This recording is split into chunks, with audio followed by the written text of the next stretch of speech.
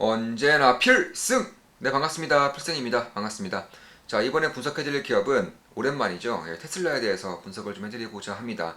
저는 누누이 말씀드리지만 자율주행 경쟁 혹은 스마트 모빌리티 경쟁은 이미 끝났다고 보고 있어요. 저는 테슬라가 1등이 되지 않을 수가 없는 수준까지 와 있다라고까지 저는 생각을 하고 있습니다.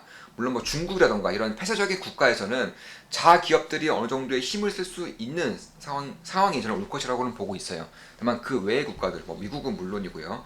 다른 국가들 대부분에서는 이 테슬라의 경쟁력을 따라잡을 수 있는 기업이 제 입장에선 도저히 보이지가 않습니다. 그럼 그 이유에 대해서 한번 말씀을 드려보고자 합니다. 물론 제 모든 영상은 매수, 매도, 추천, 리딩 절대 아닌 거 다들 알고 계시죠? 참고하시면 되겠습니다.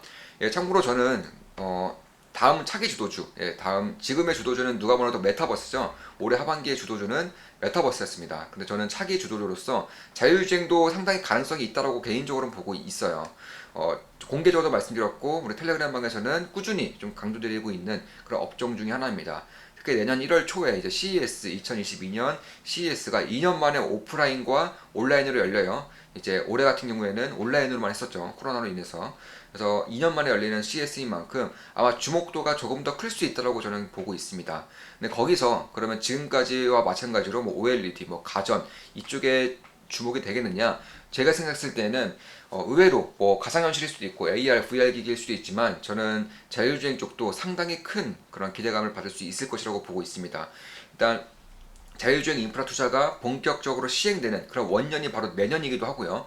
대한민국도 머지않아서 아마 관련된 정책들을 많이 발표를 할 것이라고 저는 보고 있습니다. 이미 많이 밀리고 있고 올해 연말까지로 이제 시한을 최대한 미뤘었는데 지금까지가 발표가 안 되고 있다는 것은 여전히 좀 고민이 있는 것 같아요. 웨이브로 채택할지 C2X로 채택할지 좀 고민이 있는 것 같은데 이에 따라서 빠르게 자율주행에 대한 그런 관심도가 빠르게 증가할 수 있을 것이라고 생각하고 있습니다. 이거는 우리 필승 멤버분이 이제 좋은마켓 분석의 멤버분이 이제 질문을 남겨주신 것이고 꾸준히 공부를 많이 하고 계시는 분이에요. 이 내용이 저번에 필승님께서 말씀해주신 자율주행 인프라 관련 발표가 맞을까요? 별 의미 없다고 봅니다. 그렇군요. 지난번에 올려주신 글 쭉 정독하는데 중요 발표라고 하셔서 궁금해서 여쭤봤습니다. 물론 종목에도 관심이 많았었고요. 루나버스는 처음 봤는데 가슴이 웅장해지더라고요. 왜 필승님께서 다른 조잡한 프로젝트들은 거들떠도 안 보시는지 알 것 같습니다. 예, 참고로 저는 코인 프로젝트 같은 경우에도 핵심적인 것들에만 좀 주목을 하고 있습니다. 물론 제가 생각했을 때 핵심적인 것들이겠죠. 그나마 가장 안전하고 수익성이 클 것으로 예상되는 것들에만 주목을 하고 있는 겁니다. 이것저것 건드리고 있지는 않아요.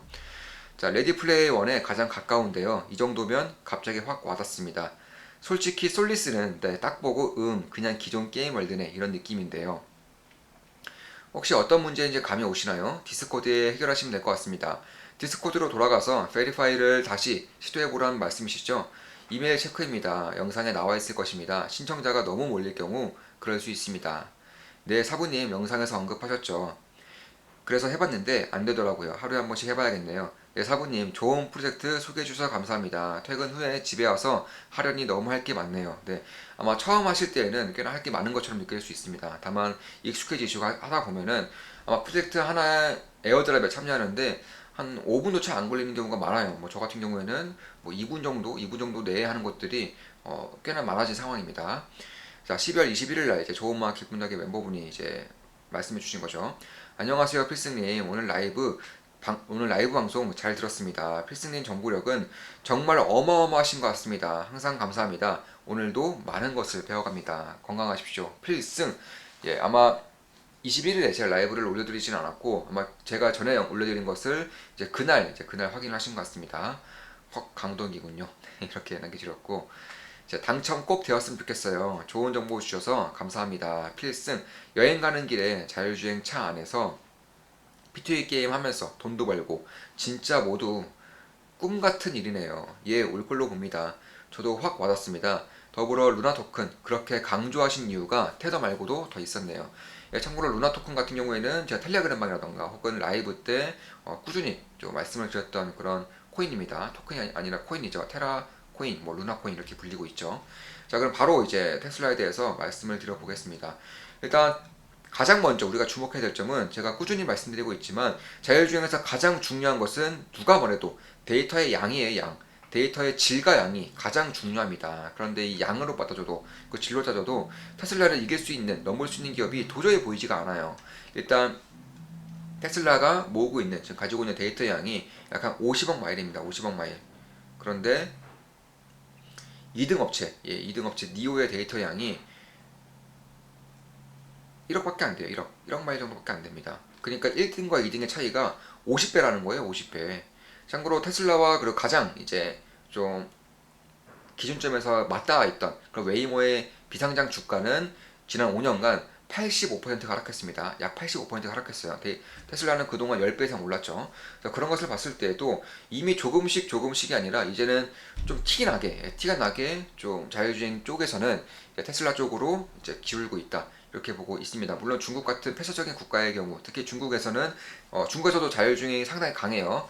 일단 현직자분들, 특히 이제 자율주행 엔지니어 분들은 아마 알고 계시는 분들도 꽤 되실 텐데 자율주행 관련해서 테슬라 다음으로 이제 주목받고 있는 기업 중에 하나가 바로 중국의 샤오펑이에요. 저는 샤오펑 같은 경우는 우리 좋은 마음 기쁜 덕의 텔레그램 방에서도 몇 번 말씀을 드렸어요. 분석을 드렸었는데 샤오펑의 데이터가 좀 공개되고 있지 않다는 점에서는 어느 정도는 조금 염두를 해둘 필요가 있겠지만 결국 중국과 같은 그런 국가들 외에는 결국 테슬라의 데이터량이 압도적인 만큼 특히나 데이터량뿐만이 아니에요. 슈퍼컴퓨터에서도 전 세계 1등입니다. 도조 슈퍼컴퓨터가 지금 발표된 자료들을 보면 1분의 슈퍼컴퓨터를 넘어섰어요. 그래서 그런 것을 봤을 때에도 사실 뭐 소프트웨어 능력이라던가 아니면 개발 능력, 특히 인재 풀도 마찬가지고 데이터의 양과 질도 너무나도 차이가 나는 그런 상황까지 와 있다 이렇게 보시면 될 것 같고 다만 이렇게 반문하신 분들이 계세요. 물론 테슬라의 자율주행, 테슬라의 데이터 양은 지금으로서는 테슬라가 1등이겠지만 결국 다른 기업들이 치고 올라갈 것이다. 그때는 테슬라가 방어하지 못할 것이다. 이런 의견들이 있는 경우가 꽤나 있는 것으로 알고 있습니다. 특히 그런 이유를 이제 되는 가장 첫 번째 이유로는 바로 제조업 능력이에요. 제조 능력이 테슬라는 여전히 낮다. 테슬라 단차도 있고 뭐 페인트 터치도 잘 안 되고 이런 제조 능력이 낮기 때문에 기존의 폭스바겐, GM, 도요타, 현대 이런 기존의 제조업체들이 훨씬 더 제조를 잘하기 때문에 결국에는 테슬라는 따라잡힐 가능성이 높다. 이렇게 좀 말씀하시는 분들이 계신데 사실 이에 대해서도 저는 딱히 공감하고 있진 않아요. 왜냐면 테슬라는 이미 전 세계 최고의 스마트 팩토리 기업이에요. 그러니까 유튜브 영상만 봐도 아실 수 있겠지만 기가 상하이 아니면 지금 이제 막 개봉될 수 있는 기가 베를린 이런 것들을 봤을 때에도 완전한 자동화가 되어 있습니다. 결국에는 지금까지 자동차를 생산할 때에는 수백 수천 그런 조각들을 이어 붙임으로써 셰시를 만든다거나 판을 만든다거나 엔진을 제작한다거나 이런 식의 제조를 과정을 거쳤다면 테슬라 같은 경우는 그냥 찍어내요. 그냥 바디캐스팅으로 기계로 찍어내는 거예요. 이렇게 찍어내면 상판이 완성되고 합판도 완성되고 이렇게 해서 조립하는 게 끝입니다. 그만큼 상당히 간단하고요. 이런 것들을 그대로 보여주는 것이 테슬라의 영업이익률이죠. 이미 현대 다른 제조업체 같은 경우는 영업이익률이 5%에서 많아봤자 9% 정도인데 테슬라는 20%를 넘습니다. 그래서 그런 것을 봤을 때에도 28% 이렇게 나오고 있고 이미 2023년까지 테슬라가 발표한 그런 자료들을 보면 2023년까지 2021년보다 제조 단가를 30%가량 하락시킬 수 있다고 발표하고 있어요. 그때는 영업이익률이 30%를 훌쩍 뛰어넘겠죠. 그래서 그런 것을 봤을 때에도 이미 제조 쪽에서도 이런 돈을 벌 수 있는 제조 능력 같은 경우는 테슬라가 오히려 더 앞서 있으면 앞서 있지 결코 뒤져 있지는 않다. 개인적으로 그렇게 보고 있습니다. 마진율이 그런 것들을 그대로 보여주고 있는 거예요. 특히 이제 공개되고 있는 영상을 봤을 때에도 마진율이 안 나올래야 안 나올 수가 없습니다. 다른 것들은 하나하나 조립을 해야 된다던가 그런 경우가 많은데 그러니까 사람이 필요 없다는 거죠. 테슬라는 제조업체 쪽에서도 사람이 필요 없다. 그럼 소프트웨어 쪽에서는 사람이 필요하냐? 아니에요. 소프트웨어에서도 사람이 필요 없습니다. 보통의 이제 자동차 기업들, 보통의 제조 자동차 기업들은 이 자율주행을 할 때에는 자율주행 팀이 따로 있다거나 대부분은 이제 외주를 준다거나 이런 경우가 많은데 테슬라는 그런 것도 없어요. 어떻게 하냐? 대부분의 자율주행, 대부분의 데이터 가공을 AI가 합니다. 사람이 하는 것도 아니에요. AI가 하는 건데 이번 AI 데이터도 밝혔듯이 이런 도조 컴퓨터를 이제 가동을 시킴으로써 이건 내년부터 이제 본격적으로 가동일 예정인데 도조 컴퓨터를 통해서 지금까지 발표된 자료치를 보면 전 세계 1등입니다. 통해서 이제 자료들을 이제 수집하고 가공하겠다라고 밝히고 있고 그 외에도 이 D1칩을 통해서도 이것도 이제 성능으로 이제 자율주행 성능으로는 엔비디아 칩을 뛰어넘었다고 하는 그런 자료들이 하나둘 나오고 있어요. 그래서 그런 것을 봤을 때에도 그리고 D1 칩과 도조 컴퓨터가 이제 D1 칩은 차량에 들어가는 것이고 도조 컴퓨터는 중앙화 서버라고 생각하시면 되겠습니다. 그런 것들을 통해서 데이터의 양과 질이 안 그래도 압도적으로 뛰어났는데 이런 소프트웨어 가공 능력까지 뭐 자율주행 팀이 하는 것도 아니고 사람들이 하는 것도 아니고 외주를 주는 것도 아니고 그냥 AI 시스템에서 실시간으로 하고 있는 겁니다. 그래서 그런 것을 봤을 때에도 꽤나 좀 매력적인 그런 구간이 저는 점차 다가오고 있다. 그러니까 생각했을 때에는 테슬라가 이제 제조업 쪽으로도 굉장히 좋은 그런 퍼포먼스를 보이고 있고 뭐 소프트웨어에서는 이제 비교의 가치도 없을 정도로 나아가고 있습니다. 특히 반도체뿐만 아니라 배터리까지 내재화하려고 하고 있죠. 4680 배터리를 통해서 내재화하려고 하고 있는데 이미 아시는 분들 아시겠지만 테슬라는 뭐 리튬이라던가 니켈 이런 광산들을 많이 가지고 있어요. 다른 제조업체, 그러니까 자동차 기업들과는 비교도 안 될 정도로 많이 가지고 있지만 그럼에도 4680 배터리에는 인산철을 도입할 수 있도록 그런 노력을 하고 있다라고까지 밝히고 있습니다. 물론 제대로 된 발표는 내년 정도 되어서야지만 나오겠지만 결국에는 뭐 리튬 배터리라던가 혹은 리튬 배터리가 아니고 인산철 배터리까지 4680 배터리로 쓰일 수 있도록 플랫폼을 개발하고 있다라고 밝히고 있기 때문에 만약에 이거에 대해서 성공할 경우에는 도저히 제조업 쪽에서도 깔래야 깔 수가 없겠다 이렇게 저는 생각을 하고 있는 겁니다. 따라서 그런 것을 봤을 때에도 특히 이제 뭐 에너지라던가 뭐 ESS도 테슬라가 굉장히 잘 나가죠. 플루언스가 1등이지만 테슬라도 탑3 안에 들 정도로 ESS조도 굉장히 잘 나가는 기업이고 아마 배터리 내재화가 본격적으로 이루어질 경우에는 ESS에 대해 ESS가 참고로 이제 2025년까지 매년 50% 이상 성장하는 폭발적인 산업 중에 하나입니다. ESS는 이제 신재생 에너지로 이제 생산된 그런 에너지, 전력 에너지를 보관하는 배터리라고 생각하시면 되는 것인데 테슬라의 배터리가 이제 폐 배터리를 ESS로 활용하겠다는 거예요. 이게 4680 배터리가 이제 상용화되면서 이런 내용들도 하나도 밝혀질 것인데 결국에는 얹을 수 있는 것들이 너무 많다. 그뿐만이 아니라 이제 가장 저평가되어 있는 보험 쪽에서도 사실 테슬라의 사고율이 이미 사람들이 운전하는 것보다 훨씬 더 작아지고 있는 것은 몇몇 자료들만 봐도 충분히 알 수 있는 내용입니다. 그런데 그뿐만이 아니라 아예 보험도 자신들이 하겠다라고 밝히고 있어요. 참고로 2025년 정도 되면 테슬라의 이제 판매량, 그러니까 누적 판매량이 1000만 대가 넘어설 것으로 예상되고 있습니다. 근데 그 중에서 이제 한 달에 한 8만 원 정도, 1년에 100만 원만 받더라도 이 매출액만, 보험에서 나오는 매출액만 무려 10조예요, 10조. 뭐 마진율은 말할 것도 없겠죠. 자, 그런 것을 봤을 때에도 결국에는 이 테슬라가 가장 핵심적인 4차 산업혁명에서 가장 핵심적인 역할을 할 수 있는 산업들을 모조리 가져가고 있다. 그럼 마지막으로 이제 그런 의구심이 들 수 있을 거예요. 그래, 테슬라가 자동차 쪽에서 모빌리티 쪽에서 1등을 할 수 있다 치자, 과점할 수 있다 치자. 그럼에도 불구하고 지금의 시가총액에서 뭐 2천조, 3천조, 4천조까지 나갈 수는 없지 않겠느냐. 이런 의구심을 가지고 계신 분들도 저는 꽤 많은 것으로 알고 있습니다. 저도 처음에 테슬라를 접근했을 때 이런 의구심을 가지고 있었어요. 근데 그런 것을 봤을 때에도 사실 로보택시만 하더라도 이미 구글의 가치를 뛰어넘을 정도로 레리 페이지가 이미 그렇게 말을 하고 있어요. 로보택시만 장악하더라도 구글의 지금의 가치를 충분히 뛰어넘고도 남는다. 그렇기 때문에 구글에서 웨이모를 놓지 못하고 하고 있는 이유도 바로 그런 경우가 있고요. 그런 것을 봤을 때 특히 그뿐만이 아니죠. 가장 이제 직관적으로 생각해 봤을 때에는 자, 처음에 아이폰이 처음 나왔을 때 애플의 시가총액이 지금의 시가총액을 유지하고 있을 것이라고는 그 누구도 아마 생각 못했을 겁니다. 왜냐면 그래봤자 핸드폰이니까요.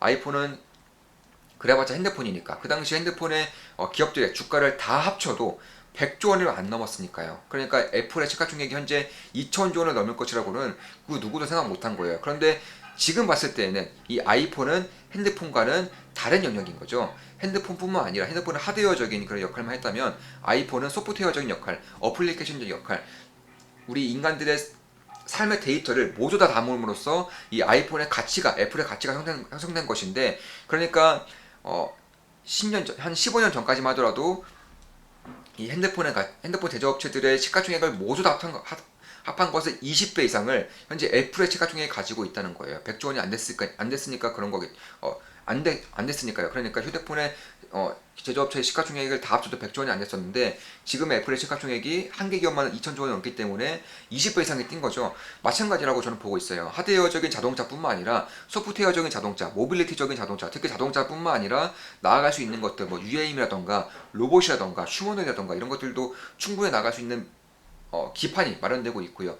그뿐만이 아니죠. 사실 이런 자율주행 소프트웨어조차도 테슬라 외에는 할 수 있는 기업들이 별로 없어요. 그러니까 지금이라도 따라가면 되겠지. 폭스바겐, GM, 뭐 토요타, 현대차가 지금이라도 소프트웨어를 개발해서 자율주행 데이터를 열심히 모으면 되겠지. 왜냐면 GM의 자동차가 전 세계에 뭐 1,000만 대 이상 돌아다니고 있고 토요타도 마찬가지고 현대차도 마찬가지고 그러니까 충분히 따라잡을 수 있지 않겠느냐라고 볼 수 있겠지만 그러기 위해서는 자율주행 소프트웨어를 구축해야겠죠. 이게 여간 어려운 일이 아닙니다. 저는 물론 이쪽에 대해서 굉장히 깊이 분석해왔고 작년부터 테슬라에 대해서 꾸준히 말씀드려왔고 자율주행에서 여전히 수년 전부터 몇 년 전부터 여전히 계속적으로 지켜보고 있기 때문에 좀 아는 내용일 수도 있겠지만 이런 이미지 같은 경우는 자 가장 쉽게 한번 말씀을 드려보겠습니다. 구글 번역이라던가 네이버의 파파고 같은 경우는 이제 그러니까 한글을 넣었을 때 영어로 번역한다던가 영어를 넣었을 때 한글로 번역해 주는 거죠. 이런 번역 시스템을 이미지로 넣는 거예요. 이미지로. 그러니까 이 자동차에서 실시간으로 받아들이는 그런 라이더라던가 레이더 아니면 카메라를 통해서 실시간으로 받아들이는 이미지를 실시간으로 번역을 해서 자율주행의 명령을 넣어줘야 되는 것인데 이게 정말 어려운 기술이라고 합니다. 이거는 이제 글과는 차원이 다른 거겠죠. 그런 텍스트이고 이미지는 3차원이기 때문에 굉장히 어려운 특히나 이제 실시간으로 해야 되는 거죠. 이제 실시간으로 뭐 1초에 뭐 수천만 번, 뭐 수천조 번 이런 식으로 실시간으로 이제 연산을 해야 되는 작업이기 때문에 상당히 어려운데 이 작업을 가장 첫 번째로 해낸 기업이 바로 샤오펑이라고 합니다. 샤오펑. 샤오펑이 가장 첫 번째로 해냈고요. 두 번째로 테슬라예요. 이 외에는 아직도 여전히 이 소프트웨어를 갖춘 기업들이 별로 없어요. 몇몇 기업밖에 없다라고는 저는 이제 뭐 자료라던가 제가 들은 얘기로는 그렇게 알고 있는데 그런 것을 봤을 때에도 물론 정확한 내용은 아닐 수 있겠지만 결국 첫 번째와 두 번째가 샤오펑과 테슬라였다는 점을 봤을 때에도 기술적인 부분에서 분명히 다른 기업들과는 차이가 있다라고 저는 여겨지고 있는 부분이라고 생각하고 있습니다. 물론 제 모든 영상은 다들 아시다시피 절대 매도, 추천, 리딩 아닙니다. 절대 매수, 매도, 추천, 리딩 아니에요. 참고하시면 되겠습니다. 자, 이것으로 테슬라에 대한 분석을 마치겠습니다.